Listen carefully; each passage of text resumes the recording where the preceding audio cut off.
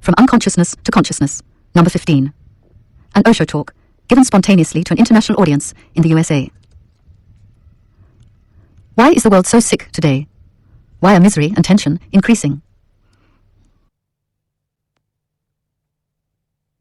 It is the outcome of all the idiotic ideas that have dominated humanity in the past. It was bound to happen. All the religions are responsible for it. What they have done, whether knowingly or unknowingly, is the cause of the misery, suffering, anguish of the whole humanity. Let us think the most fundamental causes one by one. The first, all the religions have been imposing the idea that God has created the world and God is omniscient, omnipotent, omnipresent. He knows all. He is all-powerful. He is everywhere. This idea prevented man to do anything to life, to make it better, beautiful. When somebody all-knowing, all-powerful, everywhere present, is looking after the world, then what you can do? How far you can see? What can be your contribution? If God is the creator of the world, you cannot improve upon it. If you do anything, you can only harm it. You cannot inform it. You cannot be wiser than God. This idea is one of the most basic causes of the whole anguish in which the humanity is passing, and perhaps may perish in it. Just think the way I see that there is no God. Who is creating the world? Who is looking after the world? Don't throw this responsibility unto someone who exists not. It is we who are here, in every way responsible to make or mar the opportunity. Remove God and put man in his place, and you will have a totally different world. The suffering is absolutely unwanted. The anguish is our stupidity. Man can live a tremendously rich, blissful, ecstatic life. But the first thing is, he has to accept his responsibility. All the religions have been teaching you to shirk your responsibility. Throw it unto God. And there is no God. You don't do anything because you think God is going to do everything, and there is no God to do anything. Then what else you can expect? What is happening and has happened and is going to happen is the natural outcome of this idea of a creator. If man was told that this is your existence, that you are responsible, whatever you are, whatever you do, and whatever happens around you, be mature, don't remain childish. But this God does not allow you to mature. His godness depends on your immaturity, on your childishness. The more stupid you are, the more gullible you are, greater is the God. The more intelligent you are, the lesser is the God. If you are really intelligent, there is no God. Then this existence is there. You are there. Then create. But the creator does not allow you to become the creator. My whole approach is that you are to become the creator. You have to release your creative energies. And this is possible only if this God, who is nothing but a Godot, is removed, absolutely removed from your vision of life. Yes, in the beginning you will feel very empty because that place of God in you has been filled. millions of years he was there. The sacred shrine in your heart was filled with the idea of God. Now suddenly throwing it out, you will feel empty, afraid, lost. But it is good to feel empty. It is good to feel afraid. It is good to be lost, because this is the reality. And what you were feeling before was only fiction. Fictions cannot help much, may give you some consolation. But consolation is not a good thing. What is needed is transformation, not consolation. What is needed is treatment of all the diseases that you have been carrying, not consolation. So the first thing is remove God. Don't wait for any Godot. There is none. There has never been any. Friedrich Nietzsche said, I disagree with him. But my disagreement is totally different from the disagreement of others, of all others who disagree. Nietzsche says God is dead. Of course, Christians have differed, Mohammedans have differed, Hindus have differed, Buddhists have differed. Everybody has been against Friedrich Nietzsche. I'm also against. But my reason of being different is that God is not dead because he has never been alive. Even to say God is dead is to accept that he was there, now he is no more. No, he was never there in the first place. Man has lived under a fiction. And this situation, this misery, this increasing tension,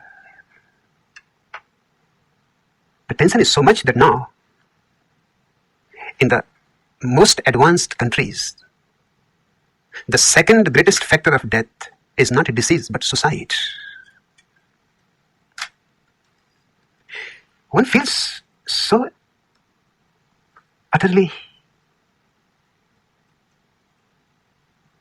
tense day after day, and there seems to be no way out. And the anguish goes on increasing. And one cannot see even the reason for what we are suffering. Why we should be suffering. What we have done. Life itself seems to be worthless. A point comes in the intelligent man's life when he sees it is all futile, meaningless. Then why go on dragging? Why not finish it? Why not get rid of it? It has not given you anything except pain. It is not going to give you anything else except pain. Yes, there is a opium somewhere. The hope. Perhaps tomorrow things may be different. Perhaps if not today, tomorrow you may be able to get some moment of bliss. But even then, it does not seem to be worth such a long caravan of miseries, and then once in a while a moment when you can smile, laugh, and by the time you have smiled it is gone. Perhaps that moment is also your imagination, just to keep yourself going. You start dreaming of things which are not really there. You wanted them to be there. That's actually the function of dreaming. Do you know? It has been a strange discovery of modern psychology. For centuries we had thought that dreams are useless. Just a disturbance in the night. To have a dreamless sleep has been thought the healthy goal. Yoga for 10,000 years has been teaching that dreamless sleep is the most beautiful experience. But what we have found recently goes just against this whole thing. You can drop your dreamless moments of sleep without any harm to you, but you cannot drop your dreams. If you sleep 8 hours, then almost 2 hours you have in fragments. In total, 2 hours is sleep without dreams. 6 hours is sleep with dreams. It has been experimented. Now we know there are instruments which give the indication whether the person is dreaming or not dreaming. Even without instruments, if you watch his eyelids, you can immediately know. If his eyes are moving inside the lids, he is dreaming. Because he is seeing things, movement. If the eyes are static, not moving, and the lids show no movement of the inside eyes, that means dreams have stopped. No sophisticated instruments are needed. But now we have sophisticated instruments which make a graph when the person is dreaming, when the person is not dreaming. Just like a cardiogram. They disturbed few sleepers when they were dreaming. They will disturb them immediately. They will wake them up. They will allow them only those 2 hours of non-dreaming. In the morning, they will be utterly exhausted, lustless, with no desire to live even. This was strange because all the old yoga in India, in Tibet, in China, different schools and different people not connected with each other at all. They have always been telling, if you can have 2 hours of a dreamless sleep, that is enough nourishment, enough to rejuvenate you. It has not been found true. But if you disturb those 2 hours when they are not dreaming and allow them those 6 hours of dreaming, in the morning they get up so fresh, so young, so rejuvenated, so full of life and juice, and so eager to live. When for the first time it was discovered, it was a shock. Dreams are absolutely necessary for these people. For what reason? They have not been able to find the reason. They will never be able to find. Because that reason can be found only through deep meditation. There is no other way to find it.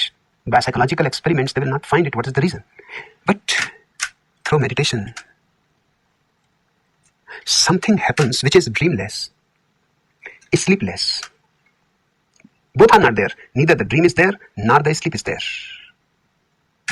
You are fully awake. The body is fast asleep, in a deep rest. But your consciousness is absolutely cloudless. There is no sleep. Inside, like a flame, you are alert, awake, watching. But there is nothing to watch. The body is asleep, and there is nothing to watch. But the watcher is. You can only watch the watcher. You can only observe the observer. You can only be aware of your awareness. But there is no sleep, no dream. And in the morning, you are as fresh as it is possible to be. So the psychologists will not be able, they have not been yet able and will never be able to know unless they start moving towards meditation. And there seems to be no sign of their movement. In fact, they are very antagonistic to meditation. And I can understand why they are antagonistic to meditation. Because meditation can dissolve all your problems, can dissolve all your psychic anxieties, and with it goes the whole profession of the psychologist. Just as the priest has been afraid that God should not be doubted, the politician has been afraid that the priest should not be doubted.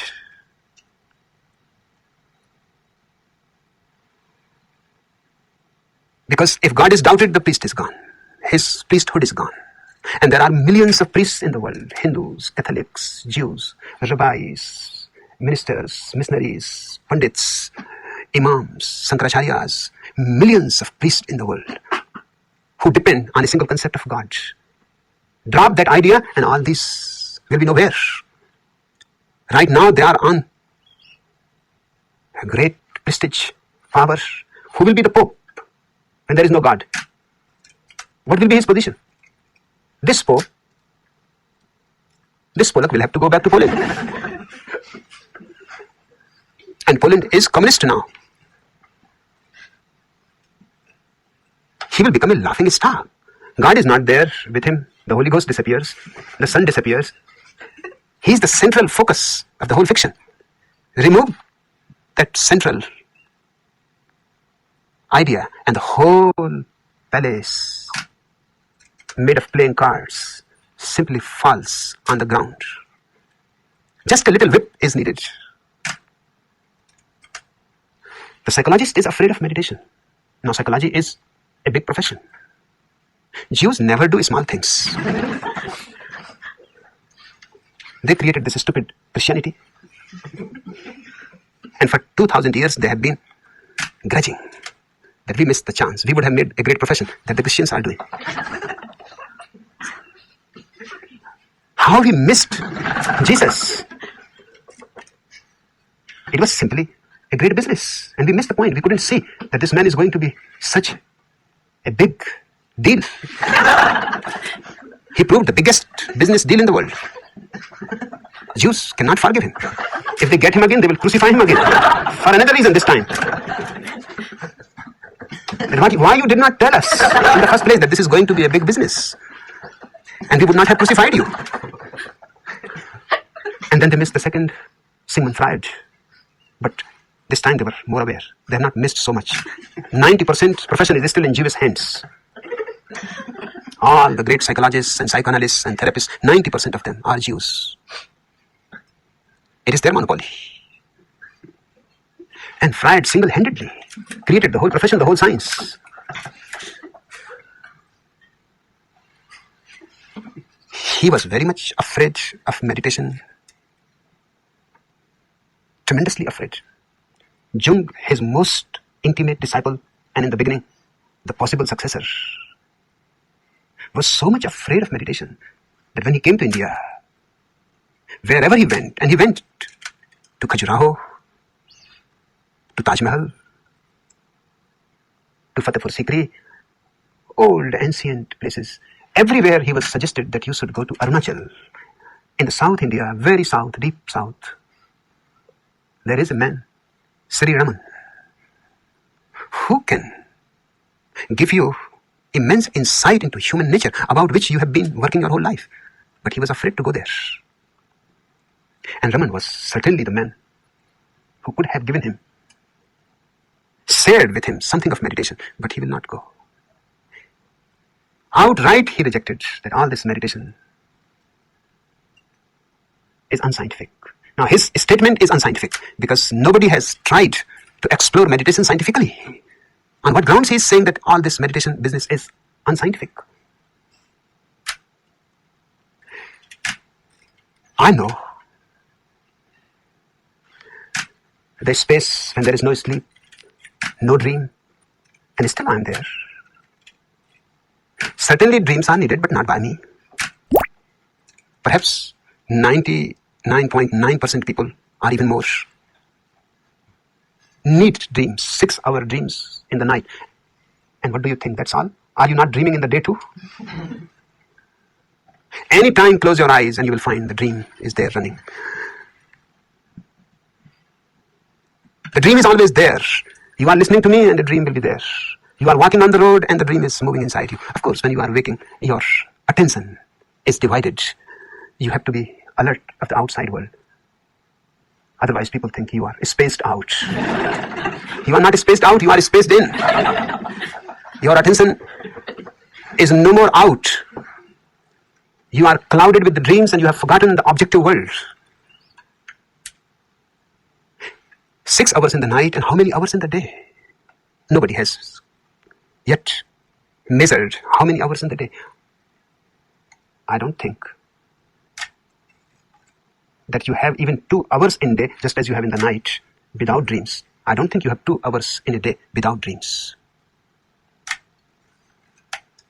Because if you can have 2 hours without dreams, fully awake, those 2 hours will become your meditation. They will reveal immensely valuable secrets to you. But the ordinary humanity, the average man, needs dreams. Why? Because life in reality is so unsatisfactory, so ugly, so stinkingly ugly. Those dreams substitute it. They are beautiful. They bring fragrance in your life, hope, fiction. They help you to remain sane. The reality will drive you insane. And to me, God, the Holy Ghost, and the Son, and the Pope, infallible Pope. Of course, he has to be infallible. He represents the Messiah, the only begotten Son of God. How can he be fallible? Infallible Pope. And every religion have similar things. You need these people. They are fictions created by your misery. And cunning people using your misery to exploit you and to have their power trip. The politician needs these people also. Even a mad politician like Adolf Hitler needs the blessings of God. If there is no God, who is going to bless Adolf Hitler? And the chief Christian priest in Germany blesses him. Now see the miracle. Adolf Hitler is being blessed by God's priest that you will succeed.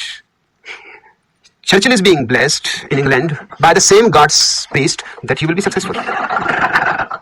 Benito Mussolini is blessed by Pope himself that you will be successful.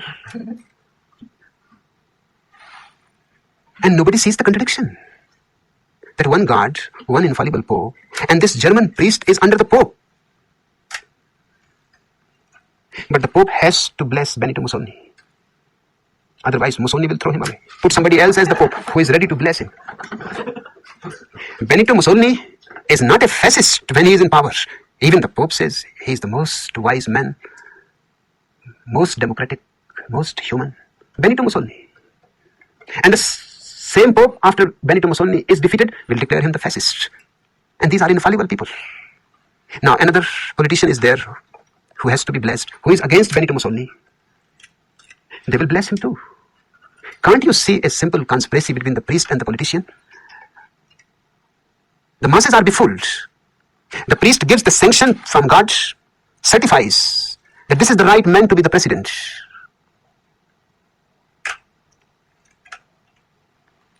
This is the right man to be the vice president, the prime minister. Of course, the politician needs, because the masses will listen to the priest. Priest is impartial. He has nothing to do with politics. He is above politics. He is not. He is in the hands of the politicians. The Dalai Lama is the Pope, in fact, higher than the Pope for the Buddhists, because he is not a representative of Jesus. He is a reincarnation of Buddha himself. Not a representative, but a reincarnation of Buddha himself. The Dalai Lama escaped Tibet because China became communist and claimed that Tibet is part of China. Once it was. 200, 300 years before. There was a time when a Chinese emperor has conquered Tibet, and Tibet was part of China. And of course, the Tibetans and Chinese belong to the same race. The Dalai Lama had to escape from there because he was both the religious head and the political head. And he had never thought that anybody is going to attack on Tibet. It is so secluded a country on top of the world and so far away from every other place. No railway trains are there, no cars are there, no roads are there. No technology has reached. People are still living at least 5,000 years back. He had to escape because he had not a big army.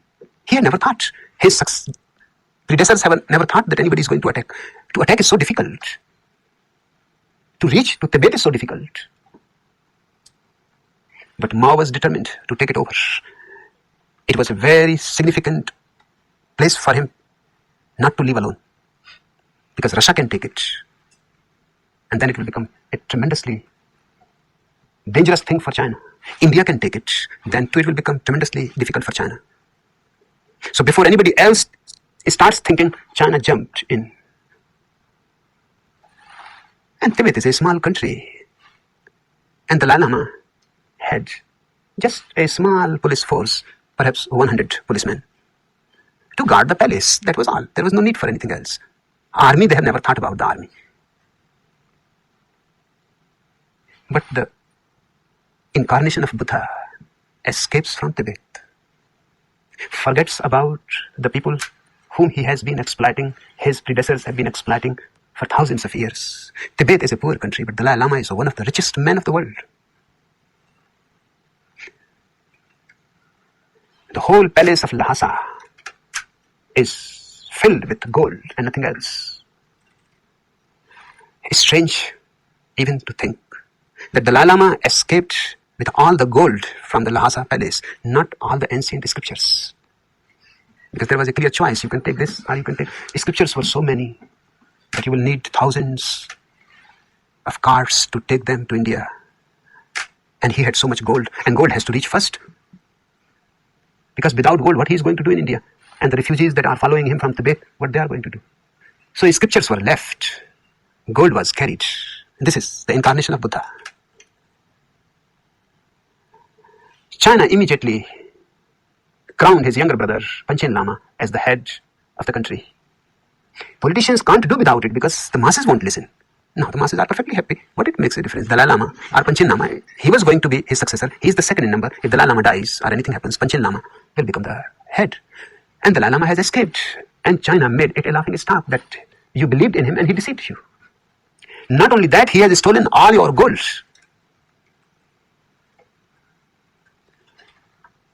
Now, in India, Jawaharlal Nehru was the Prime Minister. When Dalai Lama came there, he welcomed him. That was his politics. Because in India, Buddhism once was the religion of almost of the whole country. But then, after Buddha's death, Hindus destroyed everything that was possible. So either the Buddhist monks had to escape, that's how Tibet became Buddhist, Ceylon became Buddhist, Japan became Buddhist, China became Buddhist, Korea became Buddhist, Vietnam became Buddhist, Indochina became Buddhist, Burma became Buddhist. These are all, the whole of Asia, except India, where Buddha was born and where he worked, where he transformed people. In India, Buddhism completely disappeared. Either the Buddhist monk has to leave India, or he was killed, burnt alive, or reduced to the lowest caste in India, the untouchable, Sudra. The chamars in India, the shoe makers in India, they are all Buddhist, reduced, forced to make shoes only and do nothing. In a country like India, where vegetarianism is thought to be one of the fundamentals of religion, who is going to kill animals and who is going to make shoes and other leather things? The Buddhists were forced. If you want to be alive and want to live here, then this profession you choose. Everybody was happy. Hindus and Jainas all were happy that they have been put in their right place. But what happened after independence? One man, Dr. Ambedkar, started converting the chamars, the shoe makers, back towards Buddhism. He converted thousands of people into Buddhism, back. He created a great movement back to Buddhism, and there was a possibility that millions will turn. He died, but still he left a strong force of Buddhism behind him. Now Nehru wanted this force to be with him. And Dalai Lama was perfectly the right person, because all those Buddhists will listen to Dalai Lama. And Dalai Lama has to listen to Jawaharlal, otherwise go back. Or go anywhere else you want to go. Jawaharlal gave him space against China. China raised the question that this will be a surety that we are no more friends. You hand over Dalai Lama to us. They wanted Dalai Lama in their hands because Panchen Lama is not so powerful. Although the Tibetans have accepted him, but Dalai Lama was their chosen leader. This has been imposed by the Chinese. Reluctantly, they have accepted. If Dalai Lama was given back to China, they would have forced him to be in Tibet, be again the Dalai Lama, but instructions will be received from Mao Zedong. The country will be under us. Nehru refused to deliver Dalai Lama to him. You will be surprised, even a country like America, just 4 years before Dalai Lama was invited by American Buddhists, because there are few Zen monasteries and few American Buddhists, they had invited Dalai Lama. American government stopped him by entering into the country, because that will create enmity with China. And for America, Dalai Lama has no meaning, because these few Buddhists don't count. What I am telling you is that these politicians and these priests have been constantly in conspiracy, working together hand in hand. The politician has the political power, the priest has the religious power, The politician protects the priest blesses the politician, and the masses are exploited, sucked. Their blood is sucked by both. Remove God, and you remove the politicians, you remove the politics, you remove the priest, you remove the conspiracy between the priest and the politician. And with these two removed, 50% of your miseries will disappear. And the idea of God gives you dreams of a better life after death, perhaps in paradise or in another incarnation. So there is not so much to be worried about. This life, it is a small thing. What does it matter? In millions and millions of light years. What does it matter 70 years? It does not count at all. There are stars so far away from us that the day you were born, their rays on that day started moving towards the earth. They have not reached yet. You will die. Perhaps sometime then those rays will reach. And the rays moved with a tremendous speed. 186,000 miles per second. For that star, you never existed. Before you were born and before you died, no ray could reach here to see you, to touch you. As far as that star is concerned, and millions of stars are there that far. What to say about you? There are stars whose rays have not reached the earth since the earth came into existence. And it may go out of existence, and those stars will never come to know that there has been a planet like Earth. So what to say about your Alexander the Great, Napoleon Bonaparte, Peter the Terrible? They don't count at all anywhere in this vast universe. 70 years. So religions have been telling to people 70 years don't count. This misery will pass away. And if you allow it to pass away without struggling against it, the next life, life beyond death, is going to be very rewarding to you. These are the people who have prevented from changing any situation on the earth. Particularly, they have prevented the transformation of men. Because all the suffering that you see all around is rooted in men. And if the man remains the same, this tension will go on increasing, this anguish will go on increasing. There is every possibility that by the end of this century, the whole humanity may commit suicide, a global war. And it is not very difficult to think about its possibility. Because the people who are in power, the people who have nuclear weapons, are so third-rate. It seems that to be a successful politician, you have to be absolutely unintelligent, fanatic, lying, promising continuously, knowing perfectly well that no promise is being to be fulfilled, cheating, using beautiful words and hiding ugly realities. Now each big power country is loaded with nuclear weapons, so much so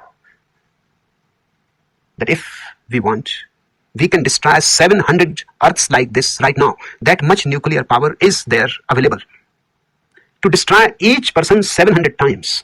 Although it is not needed, one time is enough. But politicians don't want to take any chance.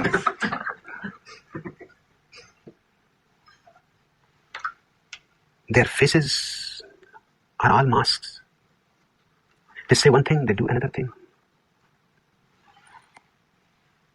And the power is in such people's hands. Any crackpot can push a button.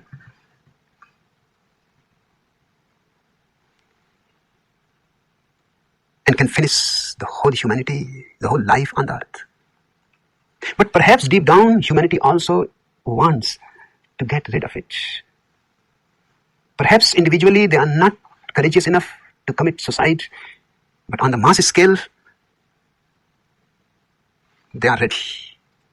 Always remember, individuals have not committed great crimes. It is always crowds which commit great crimes. Because in a crowd, no individual feels, I am responsible for what is happening. I am just being with the people. Individually, when you commit something, you have to think 3 times before committing it that what you are doing. Is it right? Does your consciousness permit it? But no, when there is a crowd, you can be lost in the crowd. Nobody will ever discover that you are also part of it. Even a country like Germany, which can be said to be one of the most intelligent, cultured, sophisticated country, has given great poets, painters, scientists, philosophers. In every dimension, Germany's contribution is great. But one simply feels amazed that this country of Hegel, Feuerbach, Kant, Marx, Freud, Einstein, this country came under the power of Adolf Hitler, who was nothing but a madman. What happened? Even a man like Martin Heidegger, who was the topmost philosopher of contemporary world, he supported Adolf Hitler. It is so shocking to think.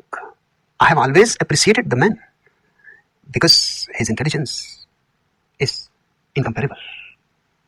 Other philosophers are miles behind. Sartre, Marcel, Jaspers, miles behind. Nobody is close even to this man. Even to understand him is not easy. But he supported Adolf Hitler. And when Germany lost the war and Adolf Hitler committed suicide, then he was as if awakened from a dream. Then he realized what he has done. This man was simply mad. And I have supported him. That's what I say. Even when your eyes are fully open, you may be dreaming. Now he was dreaming. And he was projecting his dream on Adolf Hitler because he saw that this man has power, has the power to impress masses, which Martin Heidegger had not. He could not even deliver a single address because everybody will leave. The way he talked, the things he talked about, the complications that he brought in. Now, who was going to listen to him? He was professor of philosophy in the university, in fact in many universities, for the simple reason because wherever he was professor, his students stopped coming to the department. He was far above. Just, he will go above your head. And if this man is going to be your examiner too, you are finished. And when he will be there for 2-3 years in one university, then the university will ask him, you move. Nobody is going to come here. Then finally, they decided that made him the vice chancellor of a university, so he does not teach. He had no power over masses, and he saw Adolf Hitler. Masses were just spellbound, almost in a state of hypnosis. So he projected that what he dreams, how the world should be, this man can make it possible. But he was innocent. He does not understand that this man has his own mad ideas that he is going to do to the world. He is not going to listen to any philosopher. And at least Martin Heidegger was absolutely beyond him. He would not have even made intelligible conversation with him.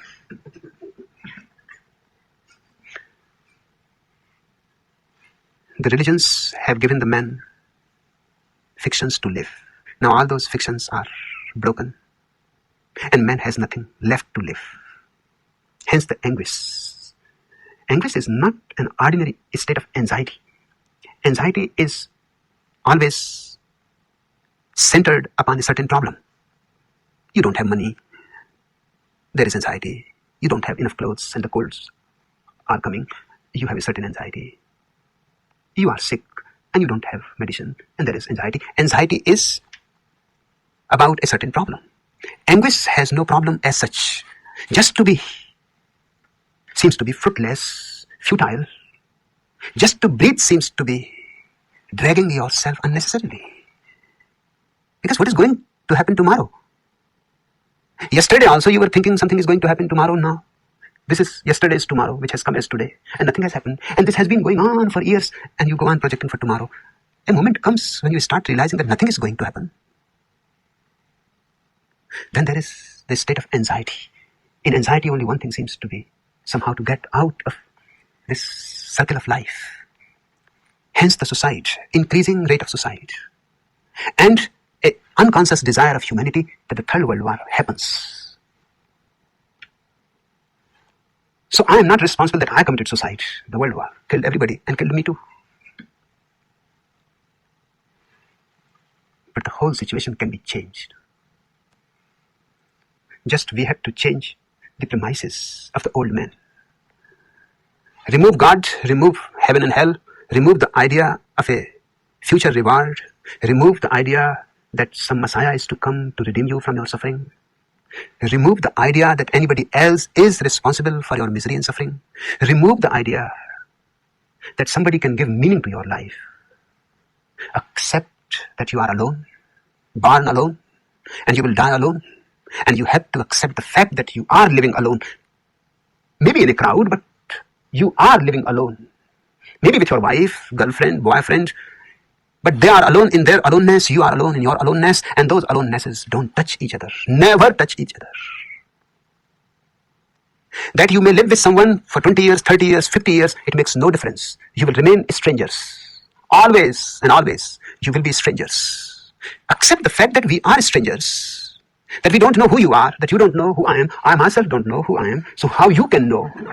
But people are presuming that the wife should know the husband. The husband is assuming the wife should know the husband. Everybody is functioning as if everybody is a mind reader. And he should know before you say it. Your needs, your problems. He should know, she should know. And they should do something. Now this is all nonsense. Nobody knows you, not even you. So don't expect it that anybody else should know you. It is not possible. In the very nature of things, we are strangers. Perhaps by chance. We have met and we are together. But our aloneness is there. Don't forget it. Because you have to work upon it. Only from there is your redemption, your salvation. But you are doing just the opposite. How to forget your aloneness? The boyfriend, the girlfriend, go to the movie, the football match. Get lost in the crowd. Dance in the disco. Forget yourself. Drink alcohol. Take drugs. But somehow, don't let this aloneness come to your conscious mind. And there lies the whole secret. You have to accept your aloneness, which in no way you can avoid. And there is no way to change its nature. It is your authentic reality. It is you. And you are escaping from yourself, then there will be misery. There will be problems. And in solving one problem, you will create 10 more, and so on and so forth. Soon there will be only problems surrounding you, and you will be drowning in your own problems. Then you call why the tensions are increasing, why there is so much suffering, why there is so much misery. As if somebody has a ready-made answer for it. Yes, somebody has it. It is you. Because I have found the answer within me. Hence, I say to you with authority. The authority is not derived from any God, from any Messiah, from any Veda, from any Quran, Bible. No. The authority is derived from my experience. My whole life, I have lived amongst millions of people, but never for a single moment forgetting that I am alone, that my loneliness is unreachable. Nobody can reach to it. It is available only to me, because it is me. So the moment you stop escaping from yourself, drowning yourself in all kinds of drugs, relationships, religions, service to humanity, now if you are doing that, it is nothing but escape from themselves. But their ego is fulfilled because they are doing service to humanity. I know many servants, great servants.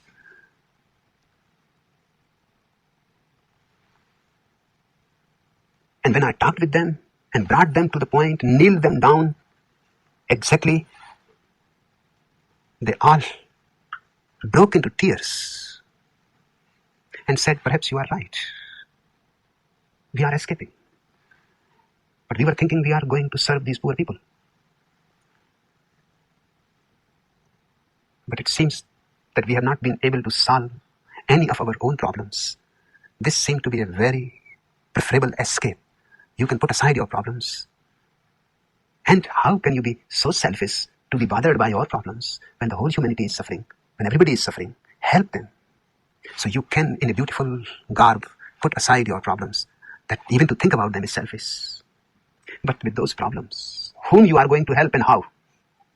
You will dump all your problems on somebody whom you are going to serve. The husband will dump on the wife will dump on the husband, the parents will dump on the children. And everybody is dumping his problems on others without seeing that the other is also trying to do the same. Stop dumping problems on others. You have to solve your problems, and every individual has to solve his problems. And then problems are not so many.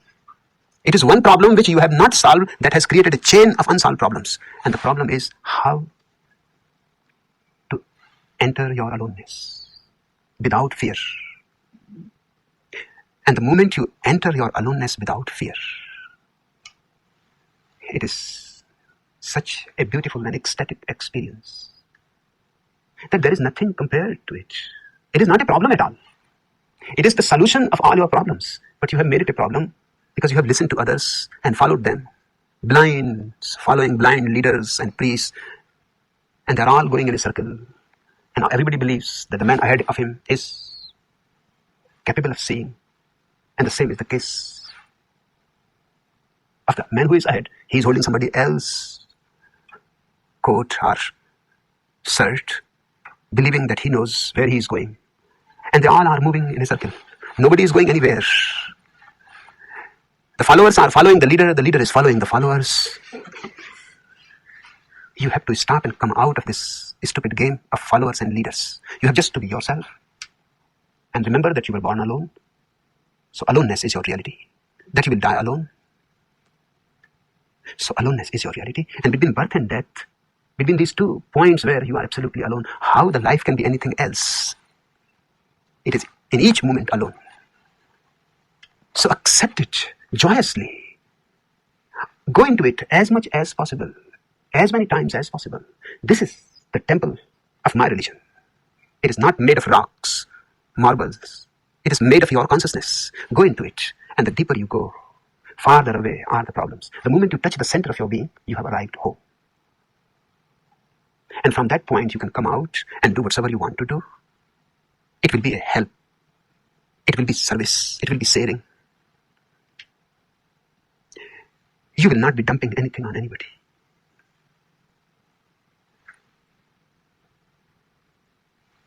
On one hand, the priest has given you the desire for the other world, the ambition for the other world, for a tomorrow. The politician is giving you this world. You can become the president. Anybody in America can become the president. All citizens are equal. What a nonsense. No 2 citizens are equal. And only the most cunning is going to become the president. Not all. At least not those who would have been of any help to anybody. Ambitious people can only reach to the highest political post in any country because it is a race.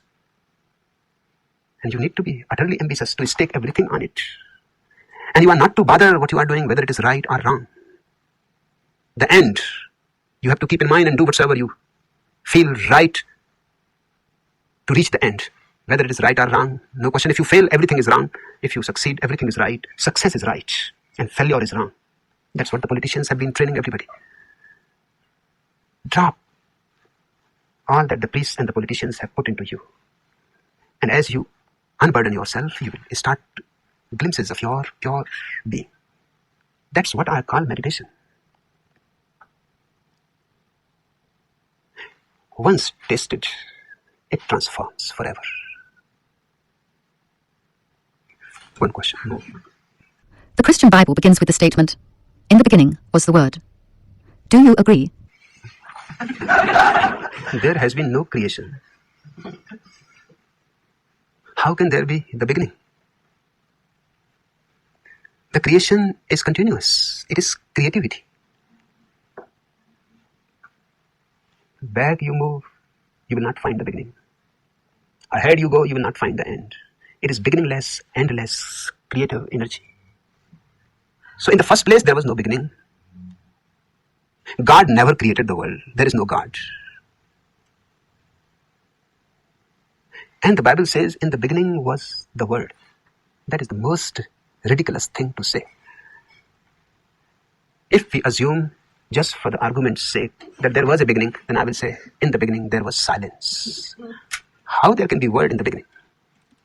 Just look at the idea. How can be the word in the beginning? Then what was before the word? Of course, there must have been silence before the word disturbed it.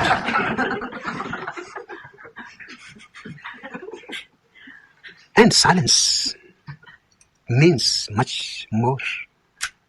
Because that's the silence I'm trying you in many ways to go into. And it was in the beginning, and it is in the middle, and it will be in the end. Because at the very center of this whole creativity, of this tremendous creativity of existence, at the very center there is silence.